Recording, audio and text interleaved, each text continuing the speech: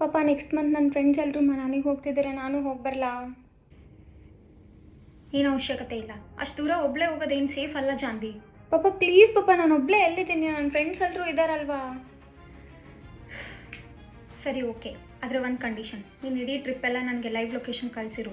Okay thank you ಪಾಪ, ನನ್ನ ಫ್ರೆಂಡ್ಸ್ಗೆಲ್ಲ ಹೇಳ್ಬಿಟ್ಟು ಬರ್ತೀನಿ. ರೇ ನಿಧಾನ ಕಬೀರ್. ಜಾನ್ವಿ ಹೊರಡೋಕ್ಕಿಂತ ಮುಂಚೆ ನಾನು ನೀನು ಮಕ್ಕಳು ಎಲ್ಲರೂ ಫ್ಯಾಮಿಲಿ ಟ್ರಿಪ್ಗೆ ಹೋಗ್ಬರಲ್ವಾ? ಹಾಂ ಓಕೆ, ನಾಳೆನೇ ಹೋಗೋಣ, ನೀನು ಪ್ಯಾಕ್ ಮಾಡಿ ಹೋಗು. ಹಾಂ ಮಮ್ಮಿ, ನಾನು ಮತ್ತೆ ಧ್ರುವ ಆ ರೂಮಲ್ಲಿ ಇರ್ತೀವಿ. ಹಾಂ ಓಕೆ, ಆದರೆ ಸಾಮಾನೆಲ್ಲ ಆ ಕಡೆ ಈ ಕಡೆ ಹರಡಬೇಡ. ಜಾನ್ವಿ ಜಾನ್ವಿ, ಯಾರು ವಾಯ್ಸ್? ಇವ್ರು ಯಾರು? ಈ ಅಂಕಲಿಗೊಂದು ಫೋನ್ ಕಾಲ್ ಮಾಡ್ಕೋಬೇಕಿತ್ತಂತ, ಅದಕ್ಕೆ ಒಳಗಡೆ ಕರ್ಕೊಂಡು ಬಂದೆ. ಹಾಯ್, ನಾನು ವನರಾಜ್ ಅಂತ. ನನ್ನ ಫೋನ್ ಕೆಟ್ಟೋಗಿತ್ತು, ಅದಕ್ಕೆ ಜಾನ್ವಿ ಹೆಲ್ಪ್ ತೊಗೊಂಡೆ. Thank you so much. No problem, ನೀವು ಹೋಗ್ಬೋದು. ಇಲ್ಲ ಅಂಕಲ್ ಎಲ್ಲಿಗೂ ಹೋಗಂಗಿಲ್ಲ ಪಾಪ. ಜಾನ್ವಿ ಏನು ಹೇಳ್ತಿದ್ಯಾ? ಏನು ನಡೀತಿದೆ ಇಲ್ಲಿ?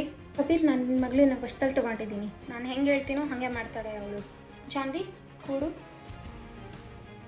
ನಿಲ್ಲು, ಕೂಡು, ಕಪಾಳು ಕೊಡ್ಕೊ, ಇನ್ನೂ ಗಟ್ಟಿಯಾಗಿ ಹೊಡ್ಕೊ,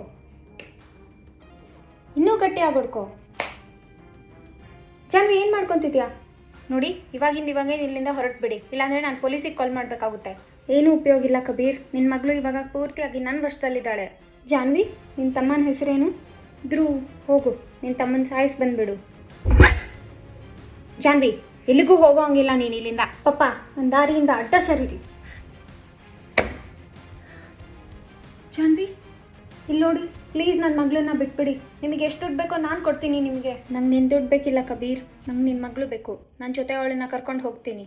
ಇಲ್ಲಿ ನೋಡಿ, ನನ್ನ ಮಗಳನ್ನ ಬಿಟ್ಬಿಡಿ, ಅವಳು ತುಂಬ ಚಿಕ್ಕವಳು. ಪ್ಲೀಸ್, ನೀವು ಬೇಕಿದ್ರೆ ಬೇರೆ ಹುಡುಗಿನ ಹುಡುಕೊಳ್ಳಿ. ನೀನೇನಾದರೂ ಹೇಳ್ಕೊ ಕಬೀರ್, ನಾನು ಜಾನ್ವಿನ ಇಲ್ಲಿಂದ ಕರ್ಕೊಂಡು ಹೋಗ್ತೀನಿ, ಮತ್ತು ಅವಳನ್ನ ಬಲಿ ಕೂಡ ಕೊಡ್ತೀನಿ.